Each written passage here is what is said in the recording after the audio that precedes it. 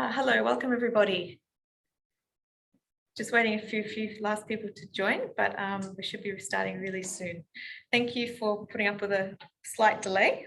Just we're making sure that everything's working.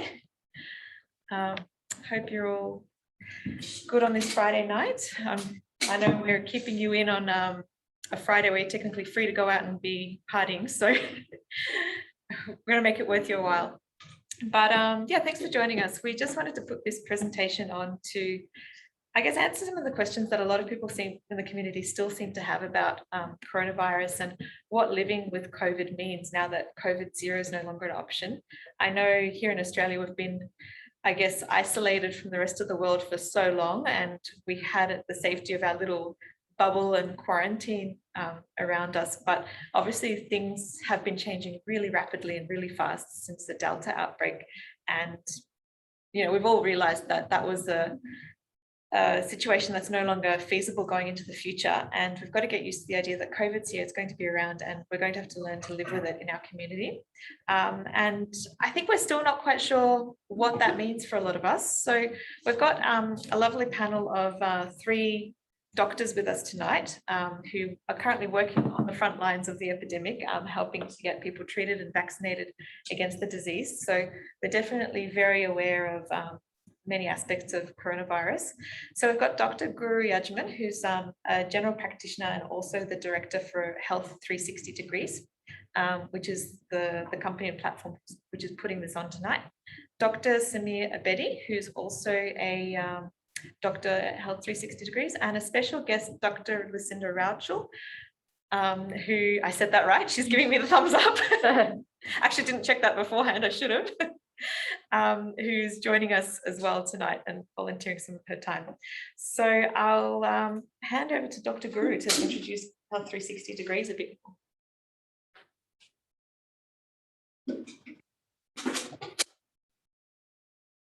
Good evening, everyone. Thanks for joining this evening. Just before we start the webinar on living with COVID, I would like to give a brief introduction to Health 360 Degree and what it is. Health 360 Degree is an important subsidiary of Global 360 Degrees, and it was a movement set up to provide the quality healthcare services to the most vulnerable community worldwide. So we want to achieve this by creating a national and international network of doctors and other health professionals, and also building partnerships and collaborations with them to provide the healthcare services. We also want to champion the digital health in order to promote and provide the health education, integration of health services, and also the health training for healthcare providers. So also Health 360 Degrees is also championing in providing medical relief camps and humanitarian operations in crisis worldwide. So one of the important aspects of Health 360 Degrees is to provide patient-centered holistic care, that is by integration of comprehensive services, improving access to care, providing continuity of care, and providing a coordinated approach between the health professionals and also involving the community. So these are our aspirations, and also watch the space. These are some of the things that we will be setting up in future. That is to create a sustainable health systems, including health centers and hospitals, providing health education and training, both for patients and also for the providers, and also creating sustainable health programs and championing digital health in order to achieve this. So without further ado, I would like to introduce Dr. Lucinda, who is a GP at Kildare Medical Center. So is our guest speaker tonight, and she'll be giving an overarching view of the COVID-19 in Australia at the moment. Thank you, Lucinda. Sounds good. Hi, everybody. Nice to meet you all. Can't wait for one day to actually be able to see people. It's going to be so nice when that can happen, but for now I only get to see myself. So I'm basically going to give you a bit of a breakdown about COVID, the vaccines, and just to sort of make sure that everyone's sort of aware, because I'm not sure if everyone kind of rushed in to go and get the vaccines because they kind of had to, and maybe had some insecurity still a little bit about it. So it's kind of nice to sort of know, you know, what's going on so that you feel a bit more informed about it all. So without further ado, let's get on. So COVID infection. So we all sort of very familiar now with COVID-19. It originated in Wuhan, found in like the end of 2019. And this is basically just a picture of the virus structure. And it's basically a virus that goes and enters our system and basically makes copies of itself within the cells of our body, which then leads to the infection. So how is COVID transmitted? So it's not just via droplets. So we think sometimes that it's just through speaking to each other, that all these fine little droplets and some bigger droplets when we cough, when we perhaps sing. So those a way of it sort of transmitting to others, and then that goes into our own sort of respiratory system. But it's also if these droplets then go and touch other surfaces that we're touching. And also there's some evidence to suggest that it's also through the excretions from our skin as well. So that's why things like hand washing and just wearing face masks and also eye protection in some situations is extremely helpful in preventing the transmission. So as you may or may not know, I think we've been very, very fortunate so far in this country to have a very low transmission rate in comparison to other countries. But these are a list of the type of symptoms that we're looking out for. Thankfully, the majority of people do end up having more of the less common type of symptoms there. Some can have the more common symptoms, and then fewer then go on to have a serious type of illness, which is obviously when COVID first broke out and we're hearing about people getting severely unwell, no matter the age, gender, race. You know, that terrified us all, especially from a healthcare point of view, not knowing what to do and how to help. But there are some people that are more at risk of having severe disease than others. And this is basically a list of those type of people. So usually more than 65 years old, male being a factor, non-white ethnicity, if they've got any disabilities, if they've got any medical problems already. Those are all known risk factors. Another one on there is actually, it's more common if you're also pregnant to get more severe disease too. Yeah, and out of interest, I was so surprised to see this, but in 2020, COVID-19 was the third leading cause of death in the US. I find that absolutely, I don't know, I cannot believe that that's been the case, but it has had such a massive impact on people worldwide. So looking at managing your risk, so this is especially good for those people who are basically at home, and if they've got COVID, or if they've been in close contact, or someone in the house has got COVID, because especially with the Delta variant that we've got in Australia and the majority of COVID cases, that one is specifically good at spreading. So I think it was, I can't remember, it was 3 or 5 times higher risk of spreading in comparison to other variants. And so these are kind of things that you can find on the CDC website and also on the health.gov.au. They've got fantastic information on how to sort of manage your risk, how to sort of do the cleaning and everything at home. You don't need fancy bleaches and things like that. You can do it with soap and water if that's all you've got. And yeah, it's just general sort of hygiene issues, as you can see here. Now, something that we haven't really talked much about, I think, in Australia is the aspect of long COVID.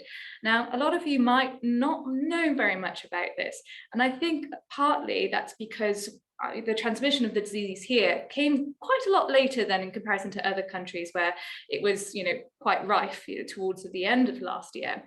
And so essentially the whole concept of long COVID came up actually because there was a patient that tweeted this. He said long COVID and it just took off, and now everyone's using it. But it's essentially if you've got symptoms beyond 4 weeks mark.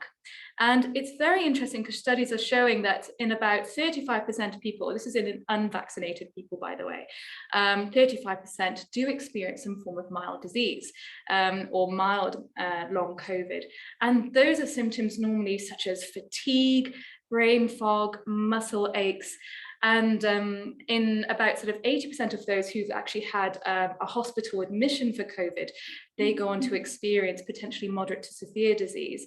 And there's been so many interesting sort of reports and studies on this, especially in places like the UK, where unfortunately they've had very high numbers of long COVID, whereby even 6 months after having long COVID, about 35% of those people were able to return to normal working conditions.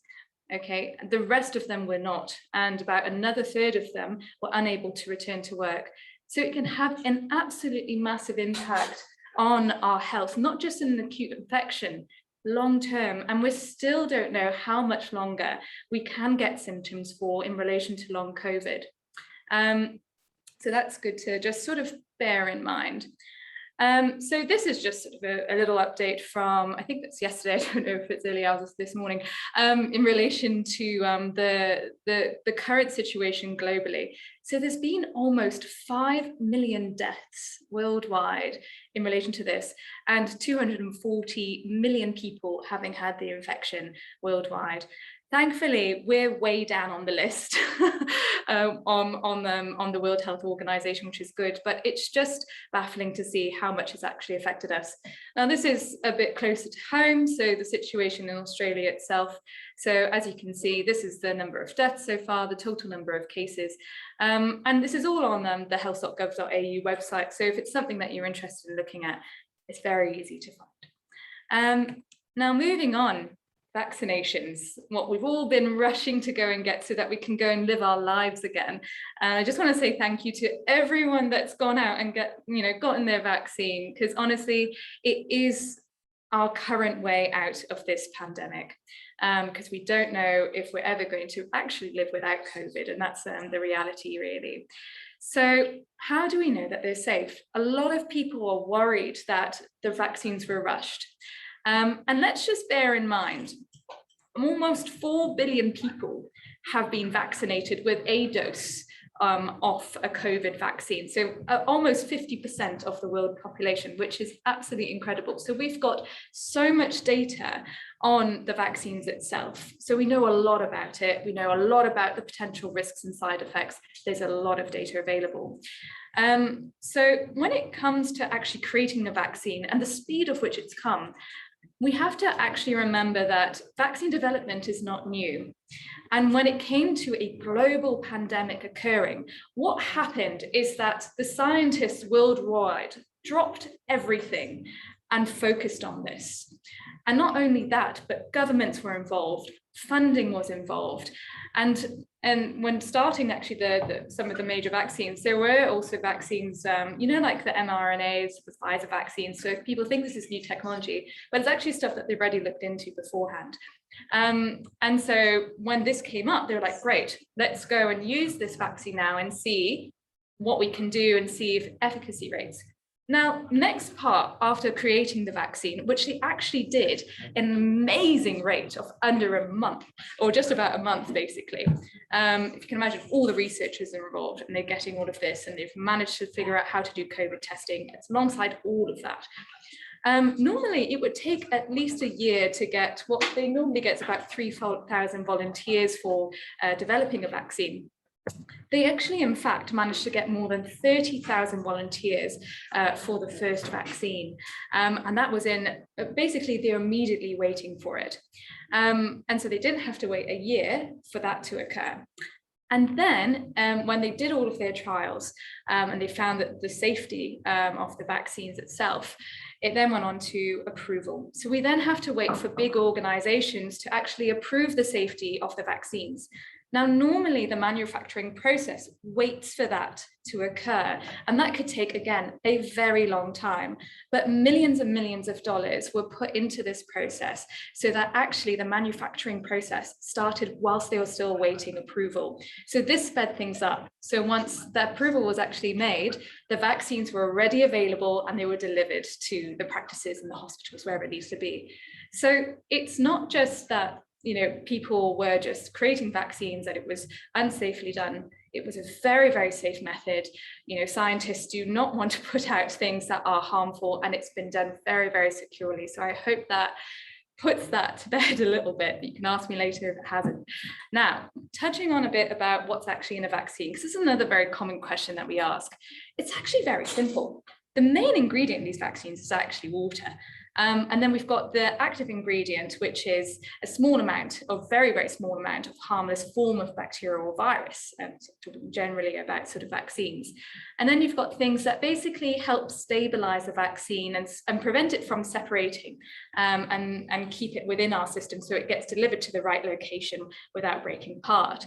So if we just go on briefly, so I've just sort of highlighted some of those areas there. So for example, this is the Pfizer vaccine. So you've got the mRNA, which I'll talk a little about in a sec, which is the active ingredient.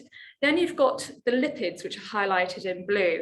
Now, these are the bits that actually act like a delivery system. So we've got a circle. I don't know if it's going to help make any sense. Hopefully, under the picture will. You've got mRNA in the center of this vaccine molecule, and you've got it coated within a fatty molecule itself to help deliver it into our cells. And so that's what those four things are, of which actually the majority of them probably come across in food products, cosmetics, so nothing new there. The next four are the salts, and they're used to actually maintain the pH balance of the vaccine. And the next is sugar, which basically helps them keep stable. And then again, so Moderna, which again is an mRNA vaccine, very similar situation here. You've got your lipids highlighted in blue, your stabilizers, which are highlighted in red. Then you've got your salt highlighted in orange, and the sucrose and sugar highlighted in green. Then going on to the AstraZeneca vaccine. So you've got your active spike protein ingredient, which we'll go on to in a little bit, just to help you understand that. And then you've got stabilizers there, which is the first three, again, which just help make it a bit more effective and help with its transportation. You've got the salts, you've got preservatives to stop it from going bad, of which none of them are new. And you've got an emulsifier basically highlighted in green, which helps oil and water-based materials stick together, and then water for injections. So just gonna have a drink of water. So. I hope you guys are still awake and that's not boring you. So how do vaccines work? So first of all, Pfizer and Moderna vaccines. So I hope that this picture helps a little bit. So if you imagine that big white circular thing, that's a cell in your body. The nucleus in the body is what holds the DNA. And a question people also often ask, do vaccines alter my DNA? And the absolute answer is no, because all of the vaccines that have been created, they have no access to the actual nucleus, to the DNA of our cells. It's just not how vaccines work. So instead with mRNA, if you can imagine, DNA is a recipe book. RNA or mRNA is basically a copy of a recipe. So what's happening here is that vaccine is taking a recipe into the little manufacturing site of the cell to say, hey, look at this little bit of like what this virus is supposed to look like.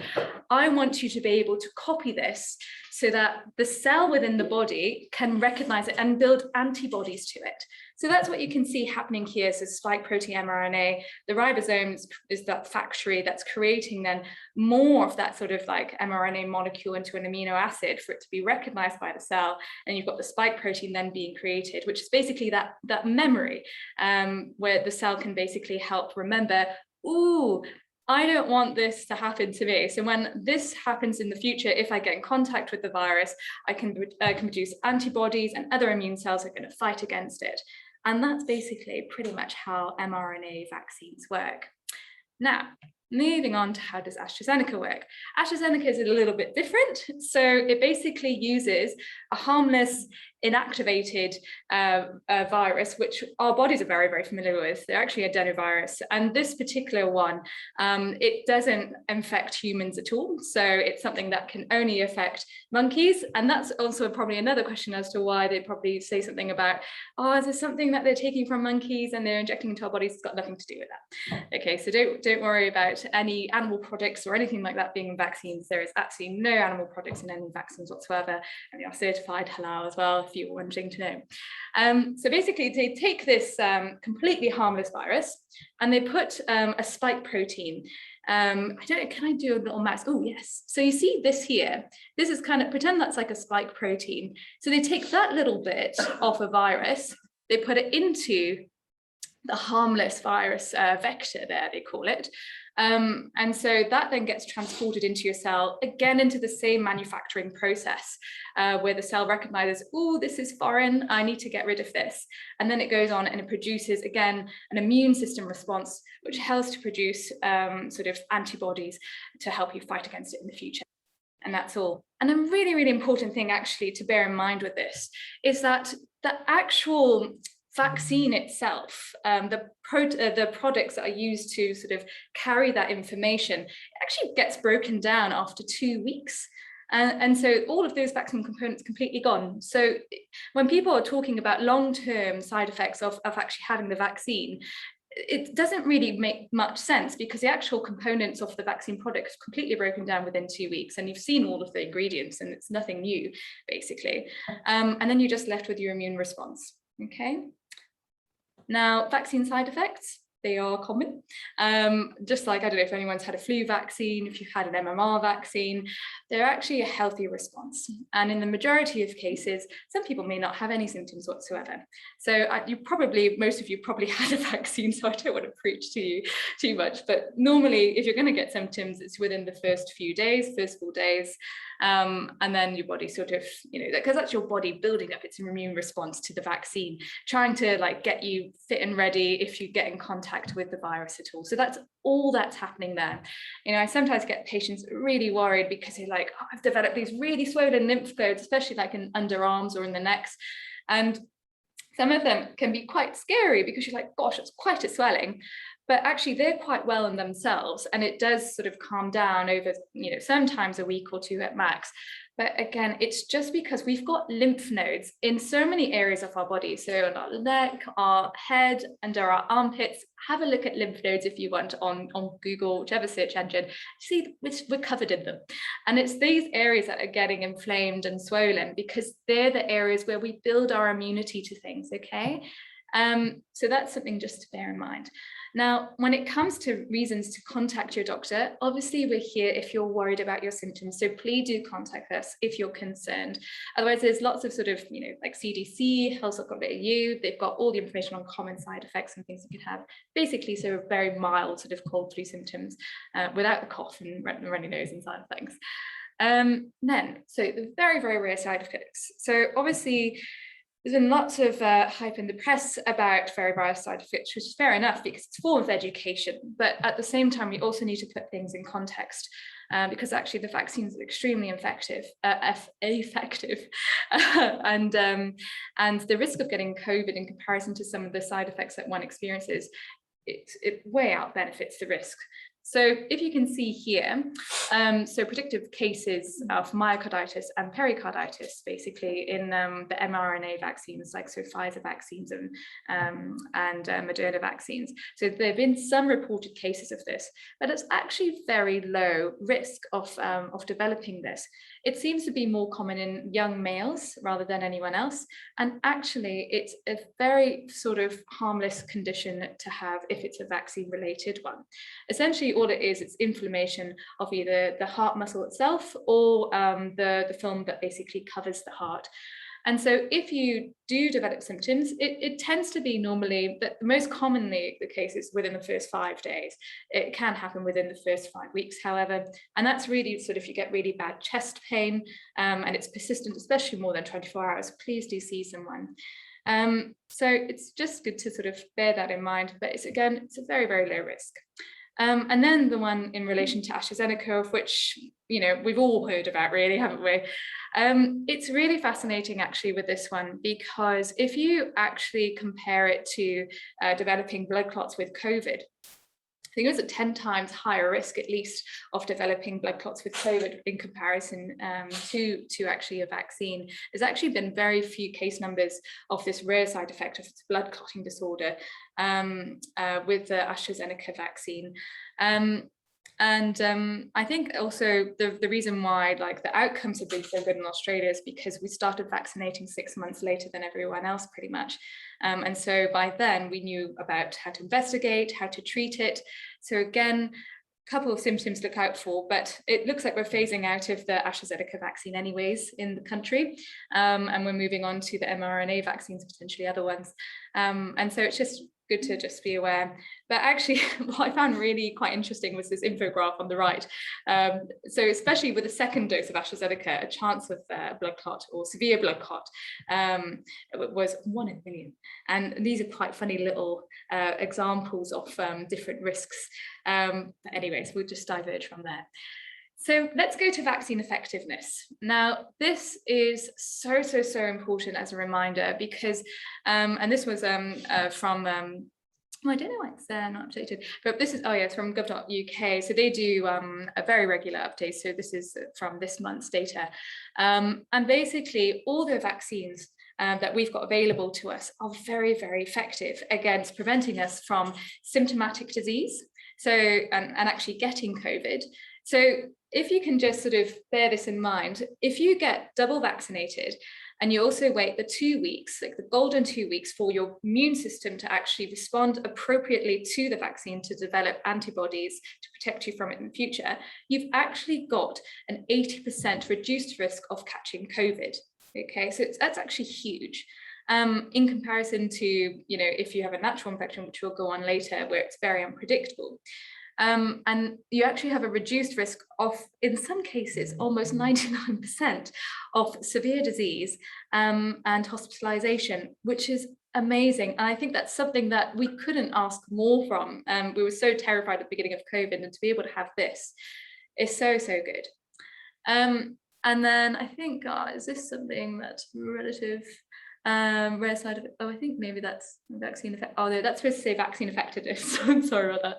So basically this is just showing you with the mRNA vaccines in relation to how long it takes for you to build up that immunity. So it's just sort of confirming, like, after the 2 weeks your body's built up that immune response, and you know, after the second dose, just showing how effective it is. So it's really great that we have these vaccines. So why is having a vaccine better than just catching COVID? The reason why is actually about 35% of people who catch COVID don't develop any immune response in themselves, and for them to be protective against getting COVID in the future, which is actually a huge proportion. If we get an infection, there is no percentage that is fixed to say you are going to have this amount of protection from severe disease, catching COVID again, and death. However, with vaccines, we have that evidence. And that's why it's really important, even if you get COVID, to get a vaccine as soon as you're feeling better, or if you're asymptomatic or very minor symptoms, to get it as soon as you finish your quarantine. And so this was just something that's going on about that. That's why it's okay. And okay, so another thing people can be quite anxious about are things like breastfeeding, pregnancy, fertility questions in relation to COVID vaccines. Now, there have been so many pregnant people, breastfeeding people that have been vaccinated. And so, sorry, is everything okay? Yeah. And so we have extremely good data to show that the mRNA vaccines in particular are so safe, and there haven't been any adverse outcomes with pregnant patients at all with these vaccines. The only reason why we haven't suggested AstraZeneca, unless you're completing the course of AstraZeneca, is just because we haven't had enough data about it. That is purely it. But we've had lots on the other vaccines. And the really good thing about if you have these vaccines in pregnancy and breastfeeding, you actually protect your unborn baby, because those immune cells travel through the placenta and help to protect the baby, and also travel through breast milk as well. So it's absolutely incredible, and it's one of the best things you can possibly do. But I know lots of people are very anxious about it. But it's really nothing, there's no science to suggest as to why it would have an impact at all. And we've got very good evidence to show that it doesn't have any negative impact. And something we really need to bear in mind is that if you do get COVID whilst pregnant, there's such a higher risk of mum needing emergency admission, needing ventilation, about maternal death, getting an early delivery, babies born small for weight, needing intensive care, having stillbirths, and also other complications in pregnancy that can make you feel very, very unwell. So it is such an important thing to consider, and yeah, have a chat with your GP, obviously, if you're concerned about it, but have a think about it. And then lastly, people have been mentioning questions about, does it affect my fertility? And essentially with that, the answer is no.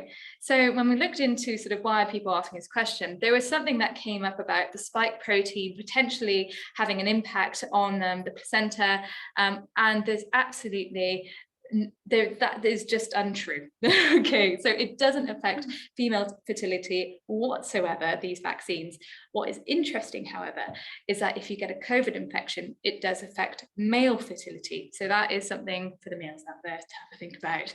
Anyways, I think this is the end of my presentation. So I will be handing you over to my wonderful colleague, Dr. Samir Bedi, to take over for the next step. Thank you. All right. All right, let me just set this up. Okay, we're good. All right, hello everybody. My name's Dr. Samir Abedi, and like my colleagues, I'm going to continue the talk, and I'm focusing a little bit on the where we are at the moment with COVID in Australia, and the response, and perhaps having a look at what's going to be coming up in the horizon for us, especially, I guess, specific to New South Wales. But I want to start with a quick recap of where we are by looking at the past few months during this pandemic. I guess we were really a victim of our own success. We've allowed, because we were so good at suppressing COVID earlier this year, we allowed a false sense of complacency because of how well we controlled the spread. And that was mainly due to border shutdown and hotel quarantine. And as Dr. Lucinda touched upon, our mainstay in terms of vaccination started off as being AstraZeneca. We put our eggs in a AstraZeneca basket, whereby, because we were able to manufacture it locally in Melbourne, politicians, health officials decided that that was going to be the vaccine of choice, and lent heavily on that. And so in the first few months, we rolled out vaccinations with AstraZeneca only. And then obviously the issues that came to light with the very, very rare side effects, but it became a bit of a mess because everyone was very afraid of it. And in the first few months, because we had done such a good job on suppressing COVID, we were almost considering that it was a higher risk of getting the side effect than it was of getting COVID. And I remember having many consultations with patients at the time who were just like, we don't want the risk of the side effect when there's literally no chance of getting COVID. So at the time, the alternative vaccine approved by the Australian Technical Advisory Group on Immunisation, or ATAGI, was Pfizer. And where the government, I guess, perhaps made an error was in terms of not ordering enough supply to come in and in those early months. And so there was a shortage of Pfizer, there was no trust in AstraZeneca, and that created an environment where the uptake was very, very slow. However, this all changed when the Delta virus leaked out of the hotel quarantine earlier this year, and we were struck down into lockdown pretty much very shortly after it came out, and just getting out of it now. And this is the result of what's happened in our lockdown, basically, in terms of the vaccination rates have shot through the roof because of eventually getting stuff into gear. And we got enough Pfizer supply, we got Moderna supply. And this chart is taken from early this morning, actually, from the Sydney Morning Herald, where we are at 77.8% double dose. And I'll talk a little bit about that in a second, and on the cusp of reaching 80% at some point this weekend. And in fact, we're at 91.4% single dose. These are New South Wales numbers I'm talking about. And that is like one of the highest vaccination rates in the world. And the big push to get vaccinated came from being in lockdown, basically. Our lives revolved around these 11 a.m. Gladys updates, where we would be listening in, or at least I was, to the numbers and getting an update, an idea of what was going on. And then in terms of where we are compared to the rest of the world, this is a graph which shows around in June how our numbers literally shot up at you can see the sharp incline. I mean, this is for Australia, but it was led by New South Wales and Victoria, getting higher and higher with their vaccination rates. We are now almost at the level of the United States, who started their vaccinations back in December, and approaching levels that have been reached in Israel, United Kingdom, and Singapore. So now, as we get to the 80% double dose, we need to look maybe a little bit forward into what we can expect, or take some educated guesses at what's to come. And the best way of, or one of the ways we can do that is by looking at other countries and what they've experienced when they've hit these higher vaccination rates. One of the examples was Singapore, which hit 80% double dose recently. And however, they also suffered from the Delta outbreak, and cases went up. And so they took a cautious approach and started reintroducing restrictions because they wanted to avoid their hospitals getting overwhelmed. We perhaps may need to consider this as we move out of lockdown, with the proposed date of December 1st, when everything pretty much will be lifted. And we will have to keep a track on the case numbers and what's happening in the hospitalization rates, again, to protect our health system here.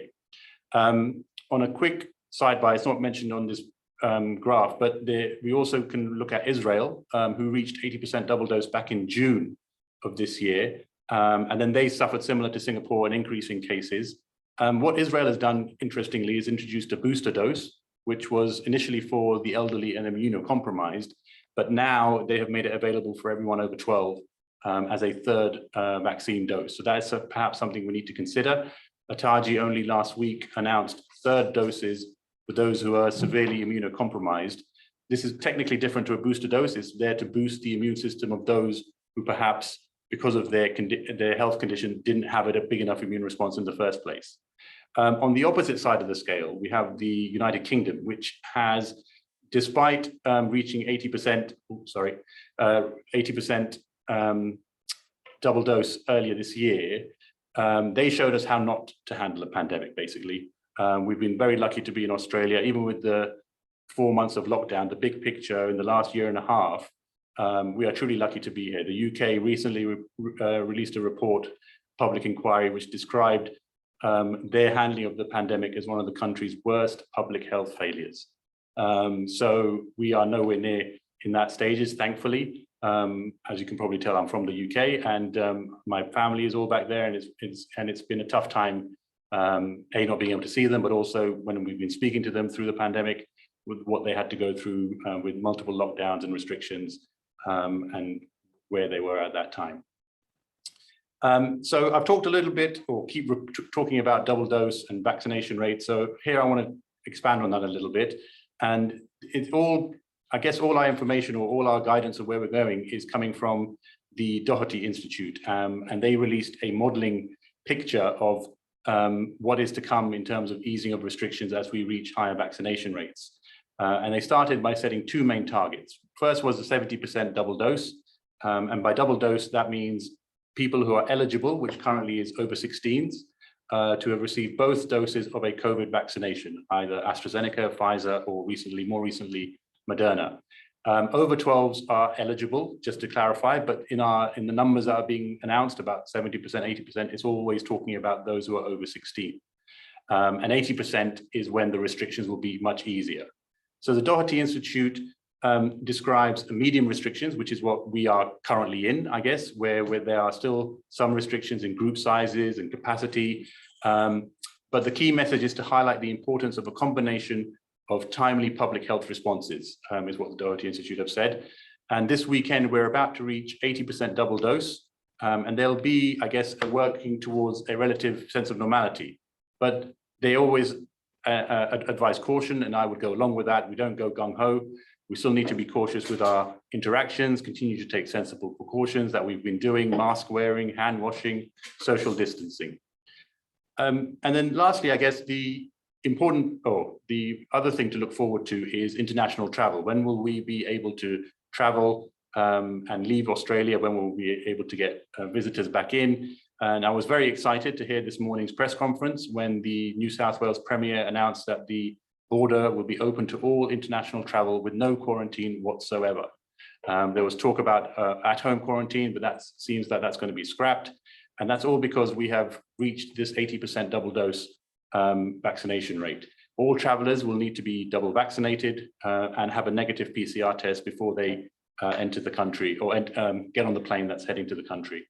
Of course, this will take a little bit of time to get up to speed. Airlines and airline companies need to get their staff back, need to get their planes up and running and making sure everything is fine. The Prime Minister followed up this afternoon saying that it would initially apply to Australian citizens being able to come and go, and then hopefully international visitors as well. I think one thing I've learned from this pandemic, and the New South Wales Premier alluded to it, was that we'll be able to travel abroad before we can travel interstate. And literally it's up in the air as to when we have an idea of when we'll be able to do that. And each state the premiers have different rules and targets. So I can't even make any guesses as to when we'll be able to travel interstate. And the last thing I want to touch upon is this idea of vaccine passports. And there's been a lot of coverage about how it's some invasion of privacy, it's private information that shouldn't be shared. But I guess take a step back. We've already had this concept of being able to prove what vaccines you've got for certain countries. For example, you may have gone to Africa and needed to get the yellow fever vaccine, or countries in the Middle East where you need to get meningitis vaccination, and you carry a little yellow book which shows that you've had the vaccination. This is maybe the idea of a COVID vaccination passport is an extension of that, and is just, I guess, more robust and more vigorous because it needs to be accurate. We can't have false information about patients traveling abroad saying they're vaccinated when perhaps they're not. So it's easier to use. These are apps that will be internationally recognized on our phones to easily show that we are double vaccinated. That concludes my bit of the talk, and I will pass it back to Dr. Guru.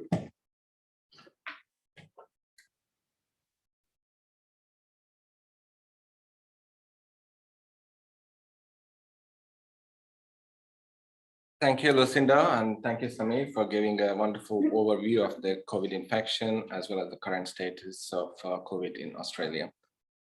So I'd like to take the next, what is next in terms of the COVID infections and its vaccinations. So, as majority of the adults have already vaccinated, more than 70 to 80%. Now we are, targeting children to achieve the same numbers so that to protect the children. So I would want to, talk more about children's vaccines and the need for boosters. And there's also something called third dose for the primary series.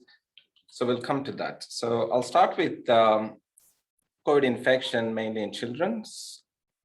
Currently, I think the Delta variant is the predominant that's causing infection in children. So around 2% of children seem to be infected. So they make up about 20% of the population, only 2% of children are affected. So majority of children present with very mild symptoms. So, and the hospital admission is very low. Currently in New South Wales is about 2 to 4% of hospitalization. Overall in Australia, it's about 3% hospital admissions, and majority recover very well.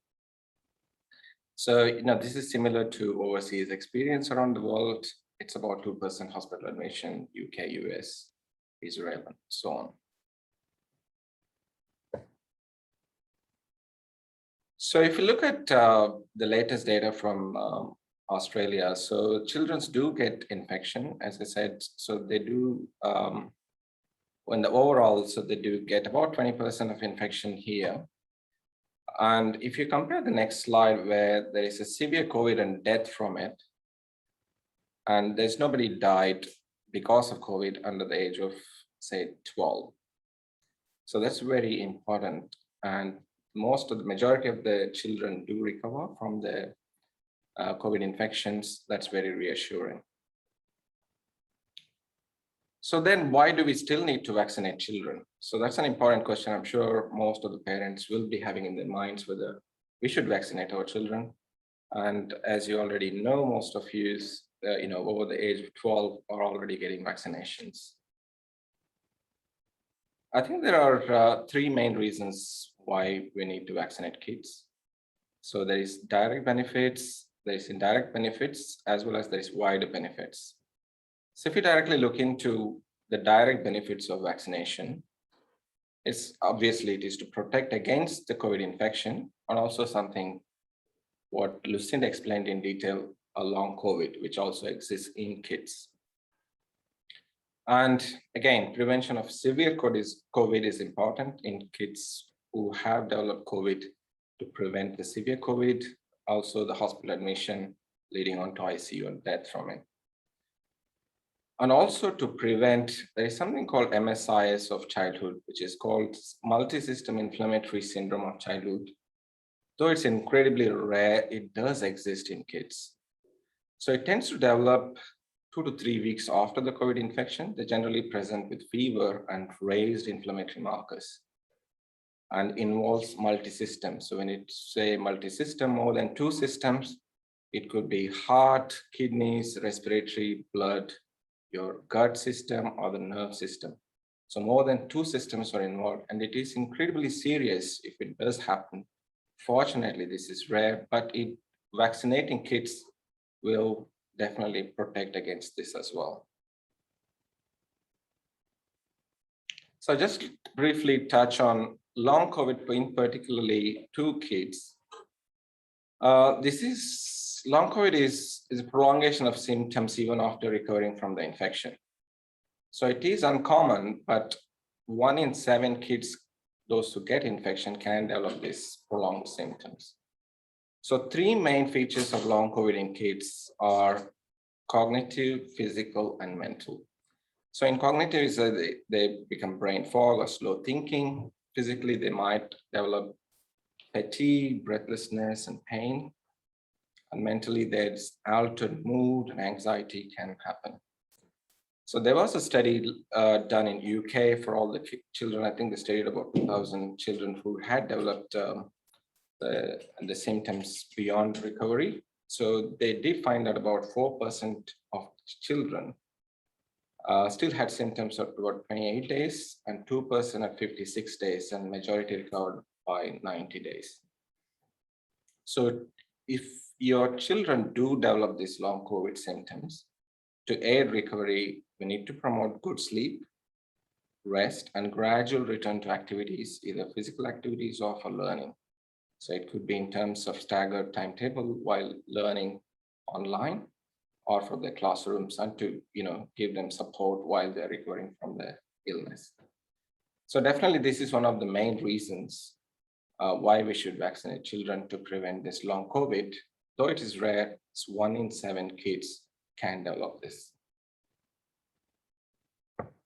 As I said, there are some indirect benefits. So vaccinating kids, they will prevent COVID transmission in a broader population, especially if the kids have elderly relatives or immunocompromised relatives. They can catch the infection from the kids. So by preventing infection in the kids by vaccinating, we are preventing further spread of the infection.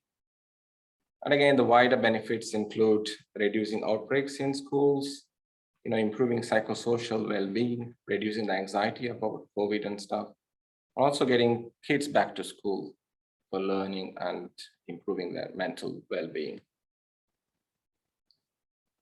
Well, this is important to know that in education settings, the transmission is incredibly low, and it's very safe in school environment. This is the study that they did in early education learning centers.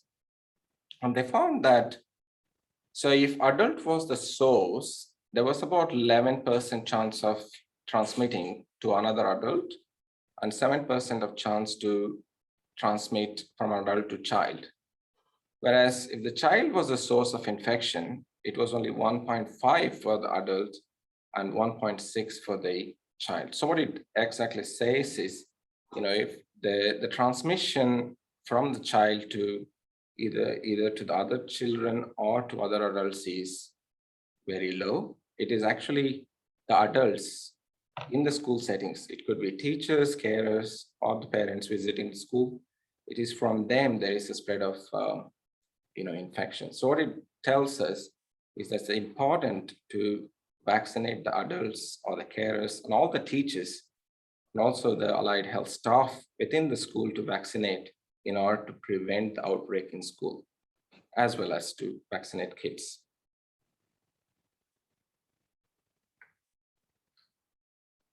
So how do we control outbreaks or infection in the schools? So, there are various ways we can do it, and there have been international experience in terms of staggering the timetable, improving ventilation in classrooms, social distancing among kids, utility of the outdoor spaces, symptom screening, sanitization regularly, reducing the group size, wearing masks, and if the kids are sick, to stay home. And of course, vaccinating the teachers, carers, and household members, and also at the moment, all the kids over the age of 12.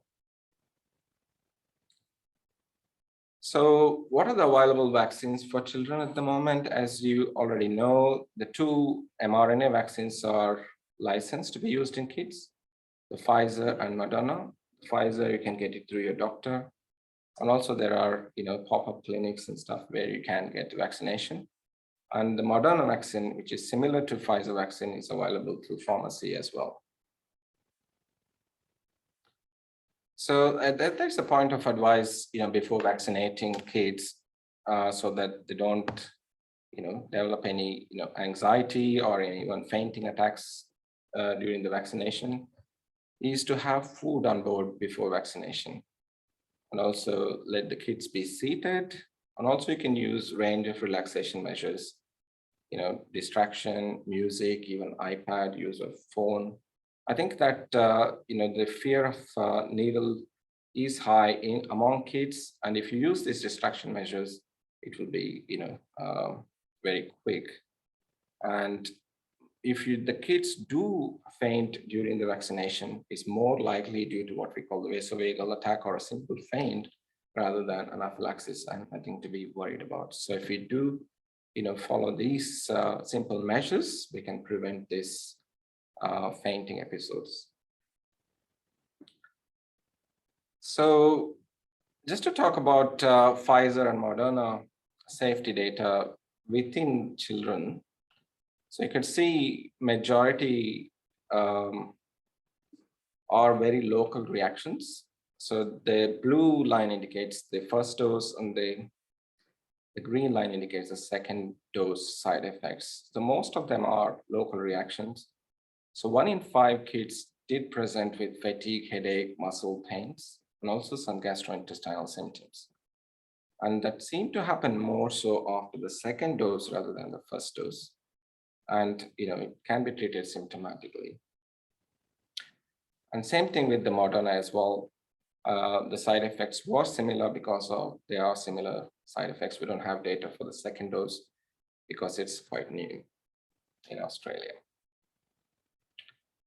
So I want to highlight this particular side effects in relevance to the kids called myocarditis or pericarditis. So myocarditis is the inflammation of the muscle of the heart, whereas the pericarditis is the inflammation of the lining of the heart. So if you look at the incidences, it's about 2 to 5 per 100,000. And overall, it's more common under the age of 25 and less common even under the age of 18.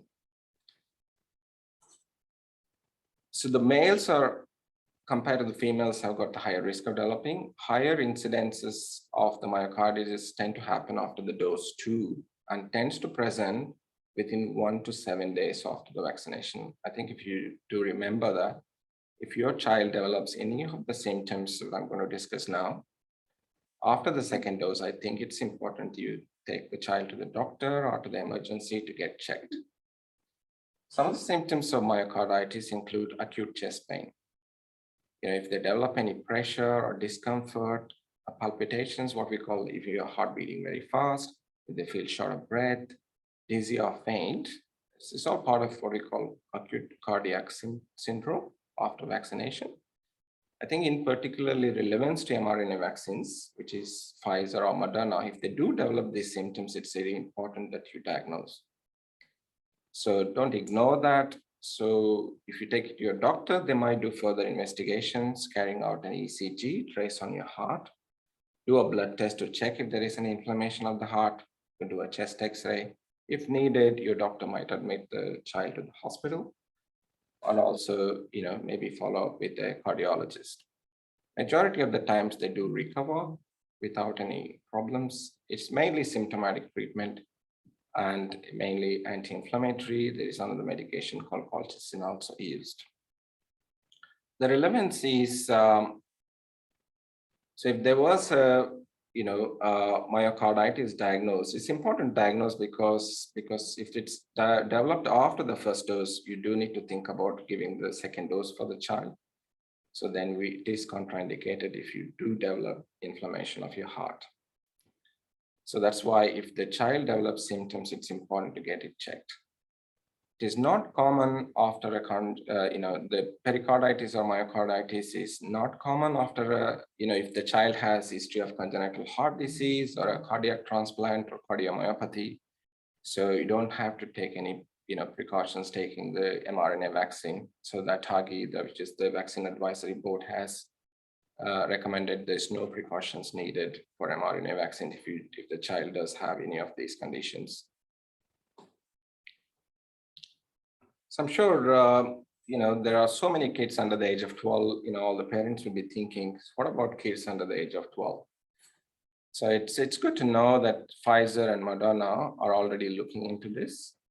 They are trialing, in different age groups, 5 to 11, 2 to 4, 6 months to 2 years age groups. So they have used a very low dose, which is 100 microgram, which is 1/3 of the adult dose. And so far in the initial trials, they have found the children have produced a high level of antibodies, and also it's been, very safe. So we still haven't, awaiting further data from all the trials that's going on. Once we have more and more data, the decision will be taken by the TGA and ATAGI in order to, promote the vaccination under the age of 12. I'm sure it will be coming in the next 6 months or so. Right, so the need for boosters. So before the boosters, now we got advice on the third dose. So third dose is not a booster. It's actually, it's a third dose of the primary series. So majority of us have had 2 doses. The third dose is specifically given to severely immunocompromised people as a part of the primary injections. That's because, in some instances, they haven't produced enough antibodies to protect them, especially, those who are severely immunocompromised. I'm going to show you some of the conditions. So it is more to prevent breakthrough infection in those groups who are severely immunocompromised, who haven't developed enough antibodies to protect themselves. We are rolling out third dose, which is already in pipeline. And if I show some of the conditions, if any of you come into that category or any of your relatives come into that category, you do need to see your doctor and to discuss regarding getting a third dose. So when compared to this, booster dose is more given when there is a waning of the immunity over a period of time. And as Samir was mentioning, in some of the countries, they've already started the booster doses when there was an outbreak cases or the increase in the number of cases. So generally tend to be given after 6 months. There's still no data. I mean, there's no still guidance of booster doses in Australia yet. I'm sure it will be coming through end of this month or early next month regarding the booster doses. I'm sure they will be starting with elderly people, those with health conditions, or the frontline workers and healthcare professionals and residential aged care workers and stuff. So as I said, the vaccines do provide enough protection, but there are breakthrough infections. There is a need for the boosters in future. And for the third dose, as I said, this is a very busy slide. I'm going to show another one where it shows what are the conditions where people might need, third dose. So if you've got any hematological malignancies relating to your blood, like leukemia and stuff, or a non-hematological malignancy where you're on an active treatment like chemotherapy or radiotherapy, or if you've had an organ transplant like liver transplant or kidney transplant, if you are on a immunosuppressive therapy, it is recommended that you have a third dose.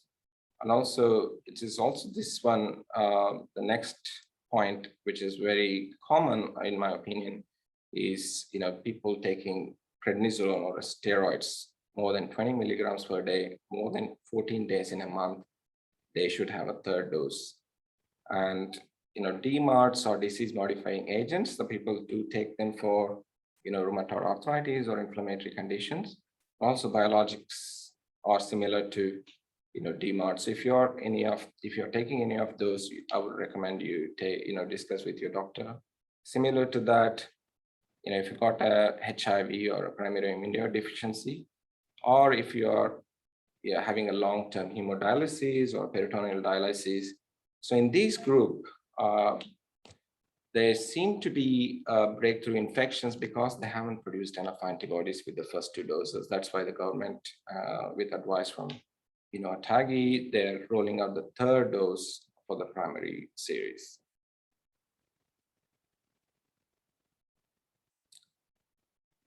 Okay, so now I briefly touch on some of the relevant topics before we conclude.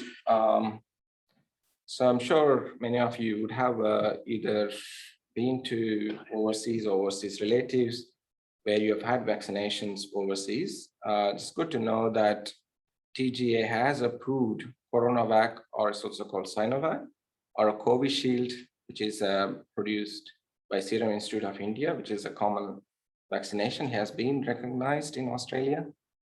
And if you had those two vaccines, you can either discuss with the Australian Immunization Register or with your doctor to update onto your immunization register so that you're you get a certificate that you're vaccinated.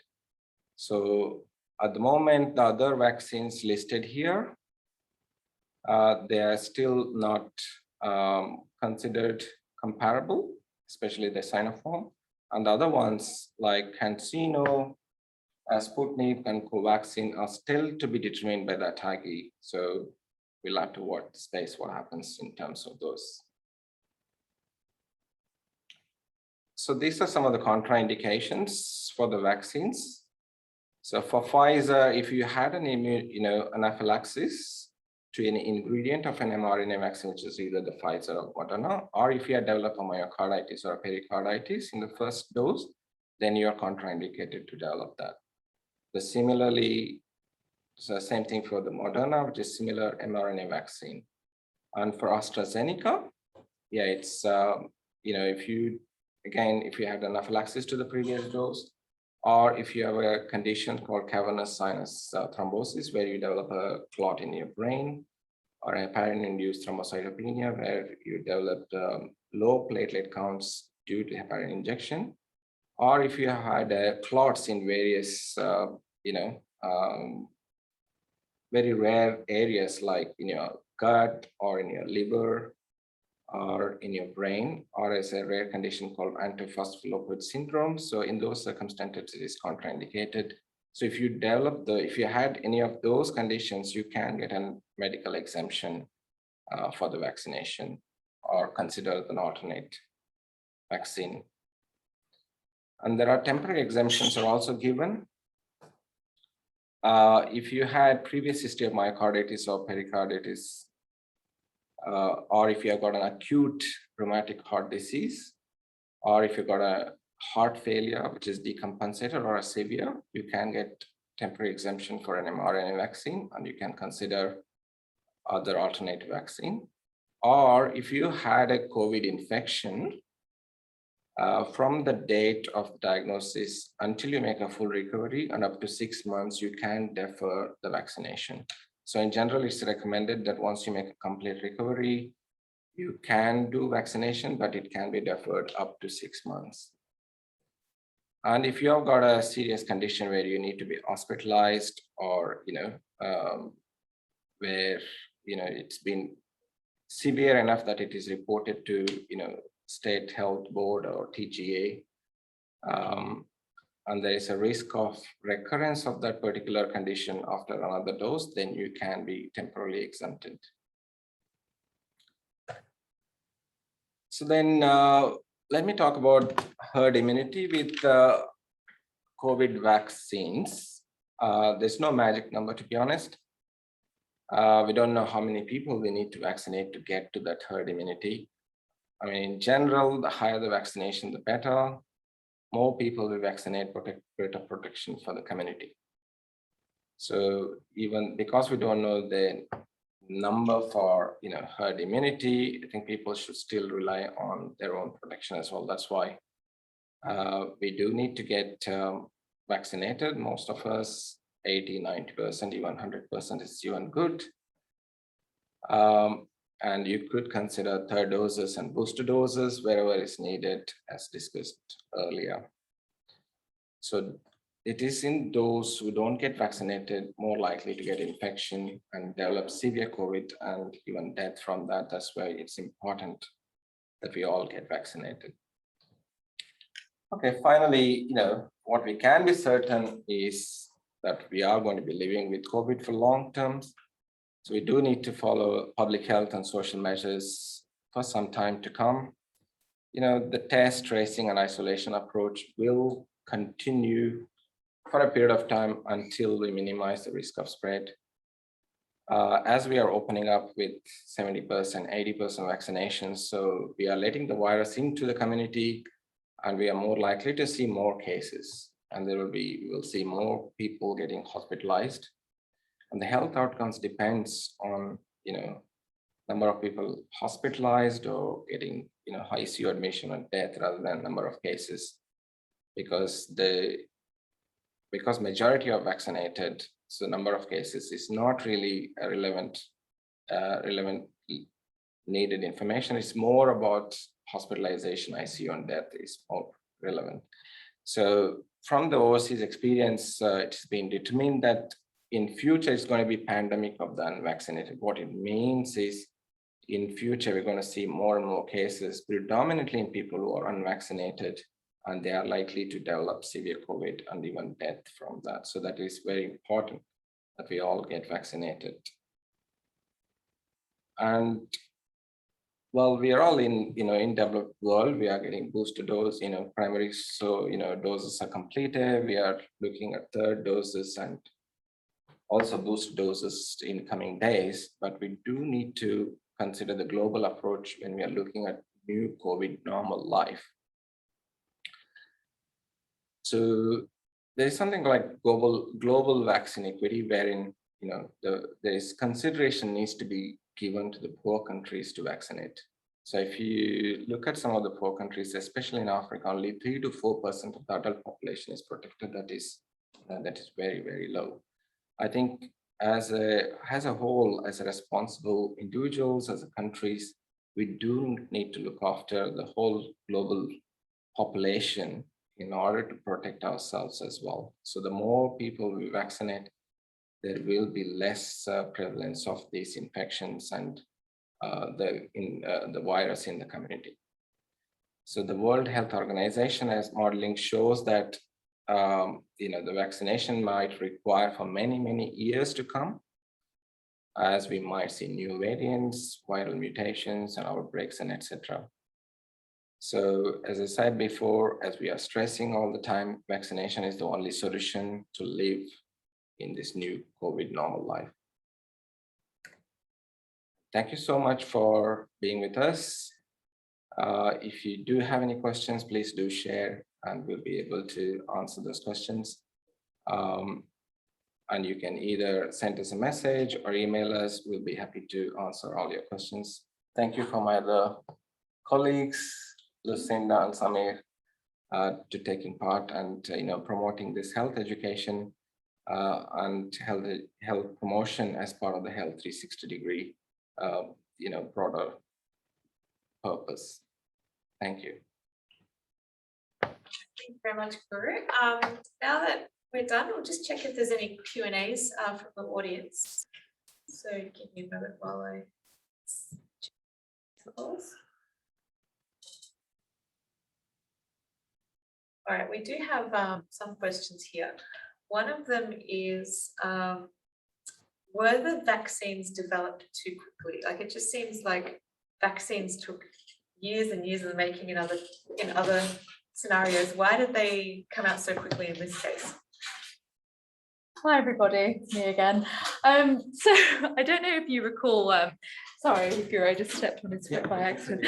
I don't know if you recall on my presentation, a whole host of reasons why these vaccines were developed as fast as they were. It's not necessarily the fact that they were developed fast. It's actually the fact that processes that would normally take so long and so much money to get going was there immediately. So processes, like I said, to find volunteers for the vaccine, of which normally is only 3,000 or less volunteers, they immediately had 30,000 volunteers ready to go. Getting approval from organizations normally takes a very long time and lots of money. And then immediately there were millions and millions of dollars available to get this done. So by no means at all were these vaccines rushed, because that's not what the scientific community does. We take this all very, very seriously. It was just the fact that everything was able to happen quicker because the resources, money, volunteers, and basically the whole global community was involved there, because we all wanted to go and try and protect ourselves and to the safe community as a whole. So I hope that helps and answers that question a little bit there. There's actually a really helpful video if you go on to World Health Organization and on the CDC website, they explain it very nicely as well. Great, thank you very much. Another question we've got from Should I? the Okay, sorry. It seems like you've been nominated as the question answering. We've got 3 doctors. Yeah, you're allowed one pass. All good. What is the risk of a new strain developing, leading to further lockdowns, or these vaccinations not being effective against it? Absolutely, there is a risk, as Guru touched upon. Where the vaccination rates are low, that's going to be the problem, where COVID runs rampant and can change, as it did where Delta first started from, was where COVID was running rampant, and that's always going to be a risk. I guess you could say we are lucky that the vaccines have held up against Delta, but God forbid if there is another variant that comes up and the vaccines aren't effective or are less effective, then yeah, I don't want to hazard a guess, but yeah, it wouldn't be good. Yeah, and I guess the reason behind, the reason why we get these new really infective variants is because if there are loads of unvaccinated people in the community, the virus has more chance to mutate, which is what's happened in India, unfortunately. And like Delta is now, I would say probably about 90, I think it was literally 99% of infections so worldwide. So that's why vaccination is super important, is to prevent the risk of mutation. I'd like to add on that point as well. I mean, it's not the COVID viruses are very intelligent and they mutate to survive. It's actually a mistake while they are replicating within the body. So the mistakes do happen when there is a genetic material is passed on. So they are not intelligent enough to, it's not for their survival they're mutating and to, growing. It's because there is a lot of people unvaccinated where they can survive and they can grow. The more they're replicating, and there is chance of, mistakes, which is called mutations, and then the new strains emerge. So that's very important to keep the virus transmission low. It is why we are promoting vaccination, which is the way to prevent those mutations. Fantastic. That's an interesting point. I haven't really actually heard that one come out before. I guess another thing on people's minds is like, well, how long are we going to be living with this? Now that vaccination's available and it's going to the community, will we see this virus turn into something like a flu where we don't really worry about it much? And it's still something that's there in the background? Or will it be something like polio where we vaccinate for it once and you don't worry about it again? Which scenario is more likely to hit towards? Will it ever go away from our community, I guess is what I'm trying to. Well, I think, I mean, in my opinion, I think we want to be living with COVID for a long period of time. The hope is that it becomes like a seasonal flu. So that, I mean, we have to vaccinate and protect ourselves, and there will be some outbreaks, but, there's no, we might not, have the huge death tolls that we had because of there was no vaccination available. So hopefully, if we could, the more and more people vaccinate, get vaccinations, so the number of outbreaks and all will go down. And if there are outbreaks, that can be, mitigated. So that's the hope. And I think coming from another angle, there is always going to be advancements in treatment options for COVID. Yeah. There are already some progress with antiviral agents that are showing some effectiveness. So coming from the treatment angle, there'll be better ways of dealing with it to prevent severe illness and death. So that will always be ongoing as well. And also going back to Guru's point, that's the whole reason as to why we need to act as a global community to help prevent the spread. So you can't just open up the country and actually, so many other countries have actually got very low vaccination rates, because then they're just going to increase the risk of further potentially more serious types of the coronavirus, COVID-19. And so that's where we need to act together. To help the whole situation. I think we need to, work as global citizens, take responsibility for vaccinating the whole world. If you look at how they mutate, so if there is a less vaccination rate, say in Africa or any other poor countries where there's no vaccination available, they will be running rampant. During that period, there will be mutations, there will be more severe strains. And if they were to come back to, in our country, then obviously there'll be more outbreaks because the vaccinations we have might not be covering that. Yeah. So that's why it's very important, take a global approach in vaccinating the whole world. Right. And what we're seeing now is, I don't know if anyone's experienced this, but if you want to get an appointment or go into a specialist clinic or like a hospital, you've got to get a PCR test done, a COVID test done. So do you see this requirement for getting COVID testing sticking around as becoming a part of life for us now? That every time we want to go somewhere, we're going to have to get tested 24 hours before? The government advisory have approved the rapid testing recently.